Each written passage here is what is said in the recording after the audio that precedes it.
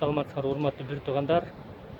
Бүгүн Кудай атабыздын ырайымы менен анын ал жараткан тоолорго жаратылышка чыгып, эс алып, үй бүлөбүз менен чогуу келдик.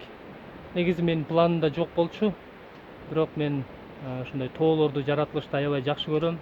Ошондуктан бул мүмкүнчүлүктү кое бербей, эс алып, бир аз эс алып келейин деп ушул жака келдик. Анан сыйынуу үчүн бир аз ой жүгүртүп, сыйынуу үчүн алысыраак чыгайын деп, тоолорго жакын барайын деп бул жака чыгып, таштардын арасында басып жүрүп, карасаңар бул таштар канчалык чоң таштар, ар жакта дагы чоң таштар, өйдө жакта мындай үйдөй болгон дагы чоң, аябагандай көп таштар бар.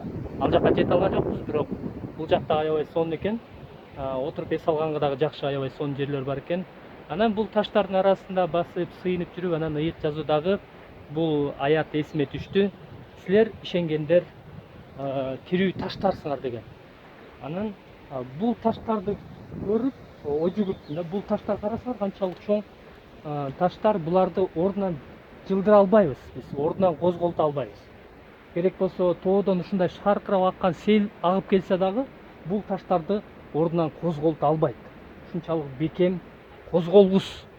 Анан мен ойлондум, биз эгерде тирүү таштар болсок, анда биздин ишенимибиз дагы ушундай козголбос таштардай болуш керек.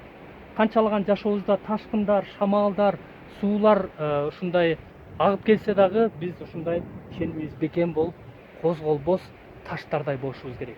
Ошондуктан Кудай Ата өз сөзү аркылуу сыйынып, анын сөзү үстүнөн ой жүгүртүү аркылуу, ал жараткан ушул жаратылышта Кудайды даңктоо аркылуу Кудай бизди ишенимибизди дагы бекемдесин. Ушундай таштардай козголбос, бекем ишеним болуп биздин ишенимибизди бекемдесин. Кудайым жалгасын бардыгыңыздарды.